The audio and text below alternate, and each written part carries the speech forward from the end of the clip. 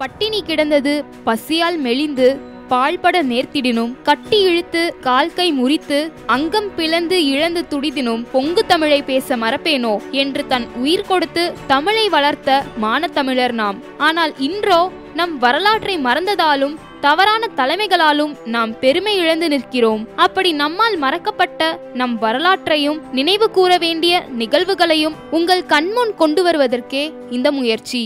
சிவகங்கை சீமை தமிழகத்தில் நடந்த சுதந்திர போராட்டத்தின் பெரும் பங்கை தனது வீரத்தாலும் சிறப்புமிகு வரலாற்றாலும் தனதாக்கி கொண்ட பெருமைமிகு நகரம். இந்நகரத்தின் பெருமைக்கும் புகழுக்கும் காரணமாய் திகழ்வது வீரத்தாய் வேலுநாச்சியார் என்பதில் துளியும் சந்தேகமில்லை.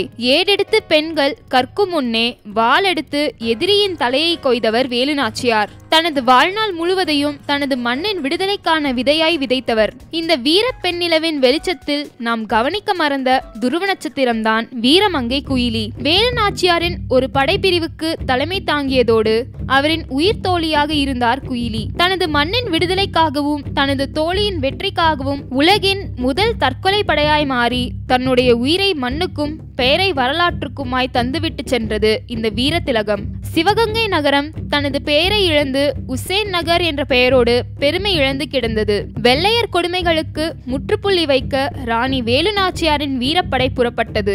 அவரின் பெரும்படையை 3 பிரிவுகளாக பிரித்து சின்ன மருதுவை திருப்பத்தூரை நோக்கியும் இன்னொரு பிரிவை பெரிய மருது தலைமையில் சிவகங்கைக்கு வெளியே உள்ள உமராதுல் உபராக்கானை வெற்றி கொள்ள கட்டளையிட்டார். மேலும் மீதமுள்ள படையையும் மற்றும் தனது பெண்கள் படையையும் சேர்த்து சிவகங்கை கோட்டையை கைப்பற்ற வேலுநாச்சியார் தலைமை தாங்கி சென்றார். அது விஜயதசமி சமயம் என்பதால் கோட்டையில் உள்ள ராஜராஜேஸ்வரி அம்மன் கோவிலில் உள்ள கொலுவை பார்க்க பெண்களுக்கு மட்டுமே அனுமதி இருந்தது. இதனை குயிலி உளவு பார்த்து கூறியதால் தான் வேலுநாச்சியார் இத்துணிச்சலான முடிவை மேற்கொண்டார். ராணி கூறியது போலவே படைகள் 3 பிரிவாக பிரிந்து போருக்கு சென்றன. பூமாலைக்குள் கத்தியும் வளரையும் ஒளித்து வைத்து வேலுநாச்சியாரும் குயிலியும் தங்கள் பெண்கள் படையுடன் கோட்டைக்குள் புகுந்தனர். வேலுநாச்சியார் கோட்டையை அளவெடுத்த அதே சமயம் குயிலியின் கண்களும் அளவெடுத்தன. குயிலியின் பார்வை ஆயுதங்கள் குவித்து வைக்கப்பட்டிருந்த ஆயுத கிடங்கின் மேல் விழுந்தது. பூஜை முடிந்து பொதுமக்கள் கலைய தொடங்கியவுடன்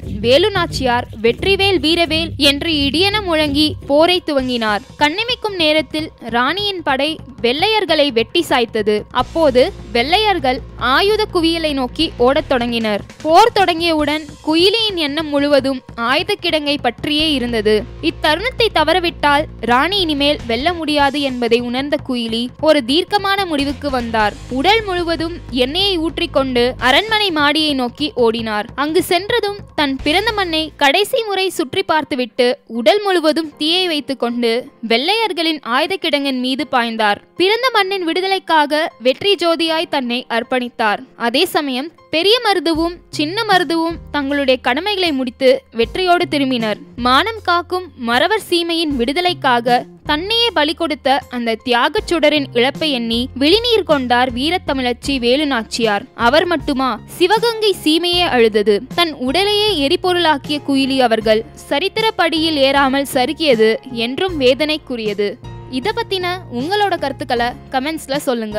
இந்த வீடியோ உங்களுக்கு பிடிச்சிருந்தா லைக் பண்ணுங்க, ஷேர் பண்ணுங்க. மேலும் இது போன்று நம்மால் மறக்கப்பட்ட நமது வரலாற்றை தெரிந்து கொள்ள எங்க சேனலுக்கு சப்ஸ்கிரைப் செய்யுங்க.